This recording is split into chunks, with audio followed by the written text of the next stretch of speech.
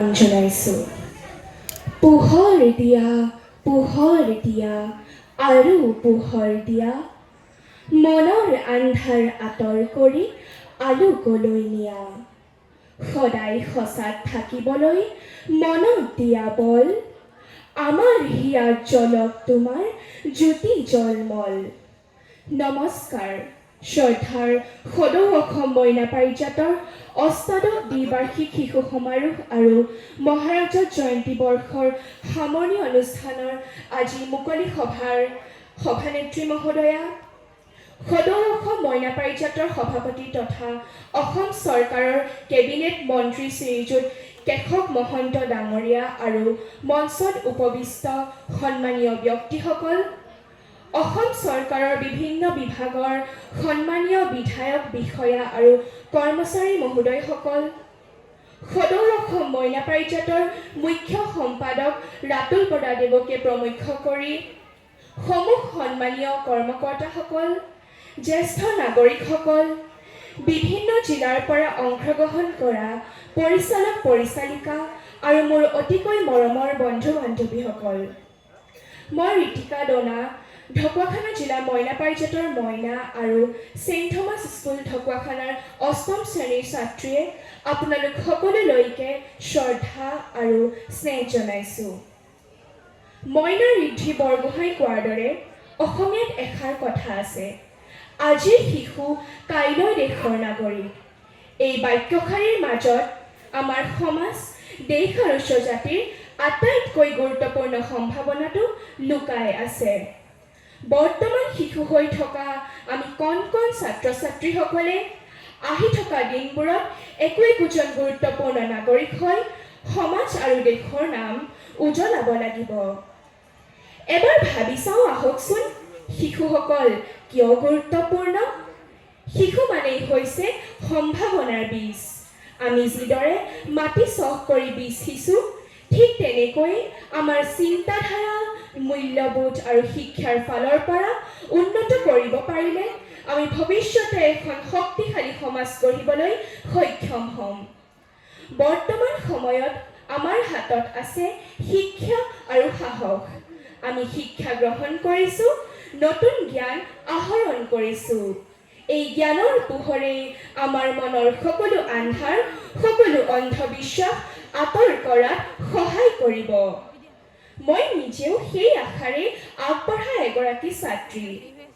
মোৰ দুচকুত আশা, দেশৰ হৈ মংগলময় কাম কৰা, মোৰ বুকুত সপোন, স্বজাতিৰ হৈ উৰ্বৰা এক পথাৰ সৃষ্টি কৰা। মই মাথো নিজৰ বাবে নহয়, আনৰ বাবেও জীয়াই থাকিব বিচাৰোঁ। দেশৰ হকে, সমাজৰ হকে, দুখীয়াজনৰ হকে কিবা এটা ভাল কাম কৰিব বিচাৰোঁ। আমি কেনে সমাজ বিচাৰোঁ? আমি বিচাৰোঁ এখন এনেকুৱা সমাজ, যি সমাজত মৰম আৰু স্নেহ থাকে, য'ত মানুহে ইজনে সিজনক সহায় কৰে, সন্মান আৰু ভাতৃত্ব থাকে, য'ত জাতিভেদৰ কোনো বৈষম্য নাই, ধনী দুখীয়াৰ পাৰ্থক্য নাই, য'ত সত্য আৰু ন্যায় প্ৰতিষ্ঠিত হয় আৰু অন্যায়ৰ বিৰুদ্ধে মাত মাতিবলৈ সকলোৱে সাহস পায়। তেনে এখন সপোনৰ সমাজ গঢ়িবলৈ আমি এতিয়াৰ পৰাই দৃঢ় সংকল্পবদ্ধ। ইয়াৰ বাবে আমাৰ দৰে শিশুক দুটা বস্তুৰ বৰ প্ৰয়োজন। প্ৰথম, উত্তম শিক্ষা। কিতাপৰ শিক্ষাৰ লগতে আমি মানৱতাৰ শিক্ষা গ্ৰহণ কৰিব লাগিব।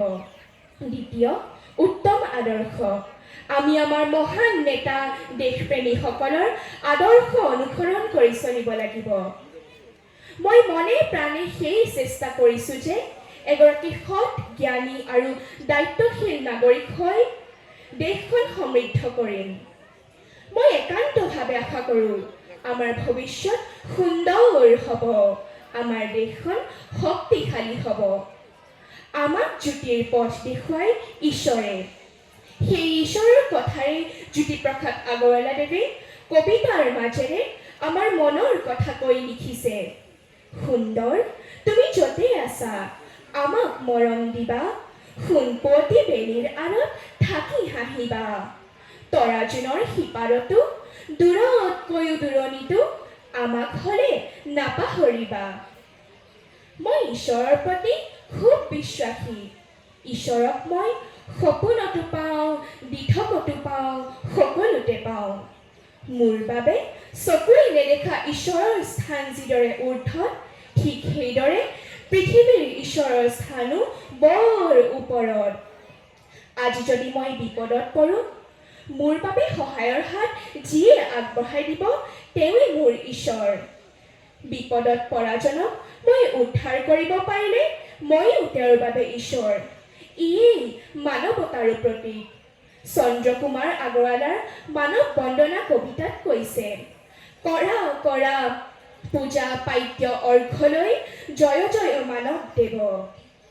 এই আধ্যাত্মিক চিন্তা আমাৰ দৰে শিশুৰ উত্তৰণত বৰ গুৰুত্বপূৰ্ণ। মই কিতাপ পঢ়ি বৰ ভাল পাওঁ। কিতাপেই হ'ল আমাৰ আটাইতকৈ ভাল বন্ধু। মই সৰুৰে পৰা সাধু কিতাপ, ছবি থকা কিতাপ পঢ়িছোঁ। কিছু ডাঙৰ হৈ গল্প, কবিতা, বিজ্ঞানৰ কথা, দেশ বিদেশৰ ইতিহাস আদিও পঢ়িছোঁ। কিতাপ পঢ়িলেনো কি হয়? কিতাপে আমাক নতুন নতুন কথা শিকায়। পৃথিৱীখন কেনেকুৱা, মানুহে কেনেকৈ জীয়াই থাকিব লাগে, এই সকলো জ্ঞান আমাক কিতাপে দিয়ে। কিতাপ পঢ়িলে আমাৰ মনৰ দুৱাৰখন মেল খায় আৰু আমি বহুত কল্পনা কৰিব পাৰোঁ। কিতাপ পঢ়িলে আমাৰ শব্দ জ্ঞান বৃদ্ধি হয় আৰু মনটো শান্ত হৈ থাকে। কিতাপ অবিহনে জ্ঞান অসম্পূৰ্ণ। সেয়েহে আমি সকলো শিশুৱে প্ৰতিদিনে অলপ সময় হ'লেও কিতাপ পঢ়িব লাগে বা পঢ়াটো জৰুৰী। আলবেনিয়া নামৰ ঠাইত এষাৰ প্ৰবচন আছে, যি মানুহে কিতাপ পঢ়িব পাৰে তেওঁলোকৰ চকু চাৰিটা।